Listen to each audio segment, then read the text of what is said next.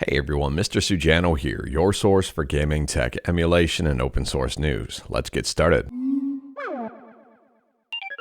Alright, to kick things off, we're talking about 7-zip. Now, if you use 7-zip, you'll want to make sure it's updated to the latest version here.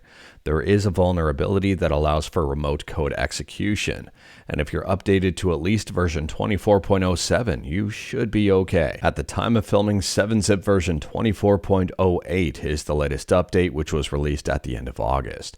So again, just make sure your stuff is up to date because there is a huge security vulnerability with 7-zip. Next up, we're talking about Sony, and it appears that Sony is in the process of making a brand new handheld, or at least planning to make a brand new handheld.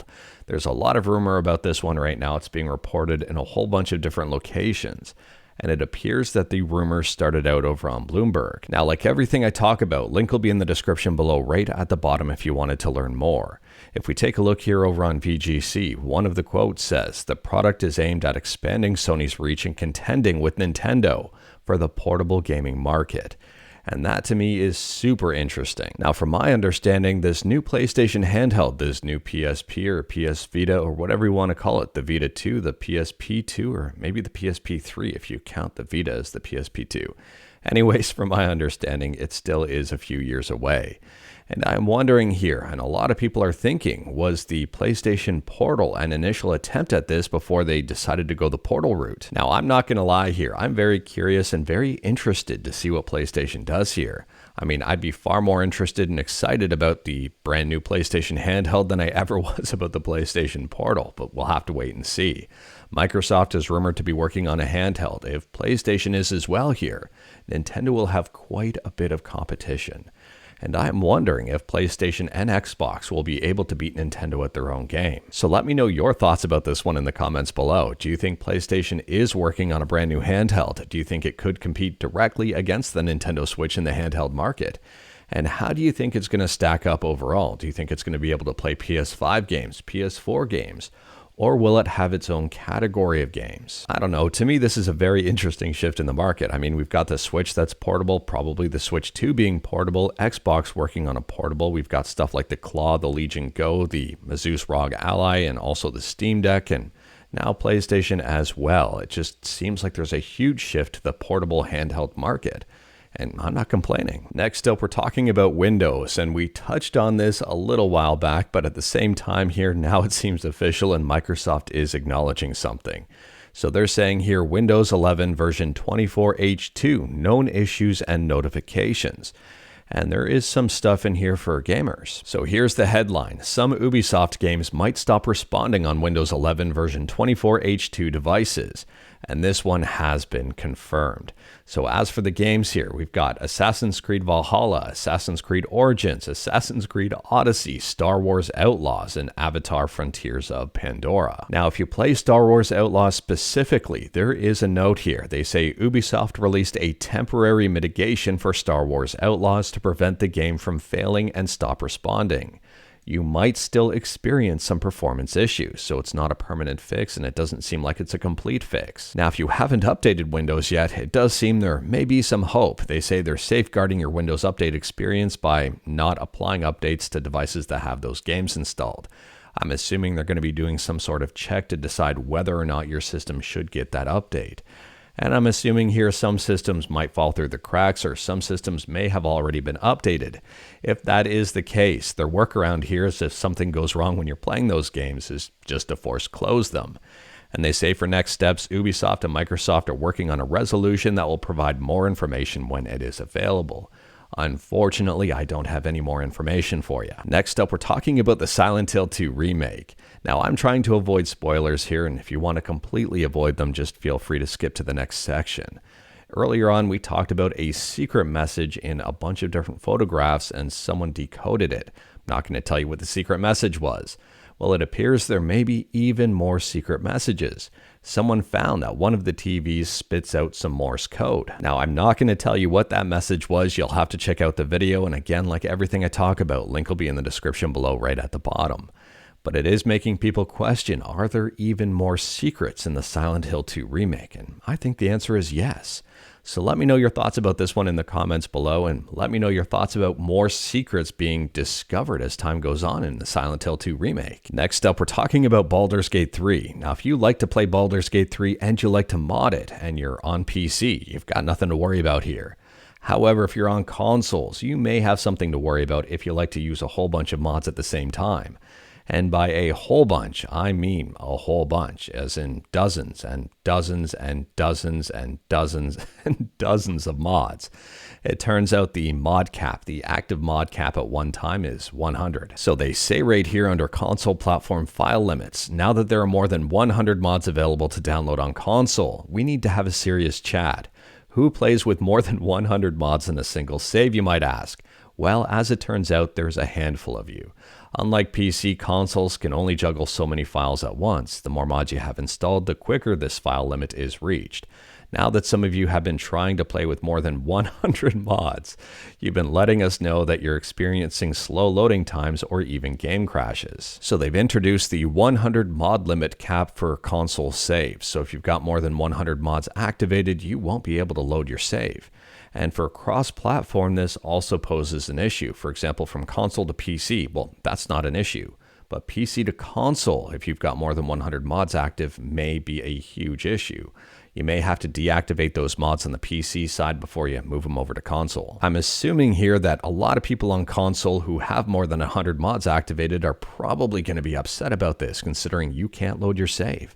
They do say a follow-up fix is planned to give you the means to restore these saves. And I didn't see an earlier heads up that this was happening. Maybe I just missed it. But if there wasn't a heads up, I think they could have handled this situation a whole lot better. Or given people even more of a heads up that this was happening. Again, there could have been one, I just didn't see one myself. I am curious about everyone's experiences though. If you're on console and have over 100 mods activated, let me know your experiences in the comments below. Did you know about this before the update? Have you updated it and are no longer able to play? And would you have liked some more time to possibly disable the mods? And also, how's your experience having over 100 mods activated? Anyways, if you do mod on console as well, it appears there are more mods coming. Next up, we're talking about ScummVM. Now, ScummVM stands for Subscribe to Mr. Sujano, or Script Creation Utility for Maniac Mansion Virtual Machine, depending on how you wanted to interpret that. Anyways, here ScummVM just posted a brand new news update, and they're asking for testers. They say, we've been working for a while on the next ScummVM release, and it is time for a call for public testing. Support for a number of new engines and games for the existing ones was added, and we need your special attention to the following titles: Onion Burger, Total Eclipse, and Total Eclipse 2, Thimbleweed Park, The Space Bar, and there's a whole bunch more. So based on this information, it does appear that the next version of ScummVM, version 2.9.0, is going to be a pretty big release. And they say they are looking forward to reports about successful and unsuccessful playthroughs. Let me know if you use ScummVM in the comments below. And speaking about upcoming stuff, next up we're talking about the Google Play Store, and it appears that they're going to be making some changes that I think will benefit a whole bunch of people. It appears they may start warning about low-quality apps. Now, unfortunately, I don't think that this is going to be a silver bullet for a lot of the garbage that we see on the Play Store, especially based on this verbiage. This app is frequently uninstalled compared to similar apps on Play.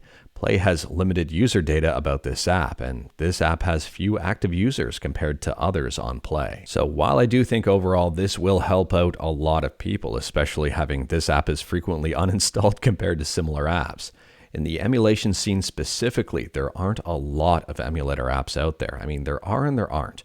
For example, if someone was looking at installing a PS5 emulator from Google Play, there are some fake ones out there, but there's not really a whole lot of them. For example, here, this PS5 games emulator app. Well, I can guarantee it's not going to emulate PS5 games. If you've got a PS5 game and wanted to plug it into an emulator, this is probably not going to run it.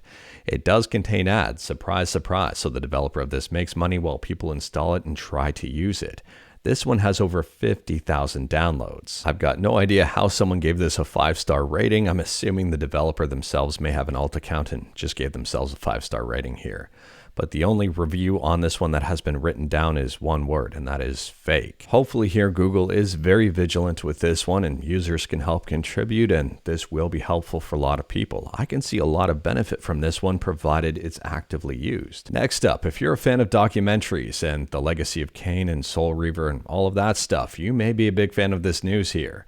NoClip says, update, our documentary exploring the 25-year legacy of the Soul Reaver franchise is almost complete, including interviews with original developers, fans, community members, and people involved with the remasters and Crystal Dynamics studio leadership, coming first week of December.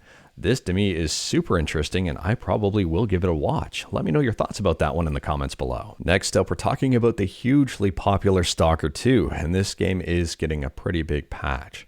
So the development team for this has published the information regarding the future patch, and if you're curious about it, all of this information is on Steam. It seems they've taken a whole lot of feedback to work into this patch, including gamer feedback. So they say there's crash fixes, main quest progression fixes, gameplay and balance adjustments, cutscenes and visual fixes, soft lock fixes, and user interface improvements, and even more here. STALKER 2 remains incredibly popular on Steam, staying in the top 10 here for people playing at the exact same time. And yeah, Banana is still there in 4th place. And last up here, we're talking about Gopher 2600, which is an Atari 2600 emulator written in Go. Now, earlier on, we talked about how the developer of this project moved it into maintenance mode. He had basically accomplished everything he wanted to and would just make some minor tweaks to it with time, and that would be about it. It was fairly stable. However, based on an update, it appears the developer is still actively working on it. So the developer says, in the previous post, I stated that I was putting Gopher 2600 into maintenance mode. Some things have changed since then. My original intention was to only fix bugs reported by anybody who uses the emulator. I have in fact made 3 releases since that time, containing bug fixes and some smaller features. So while not maintenance mode exactly, I have been working less on the project.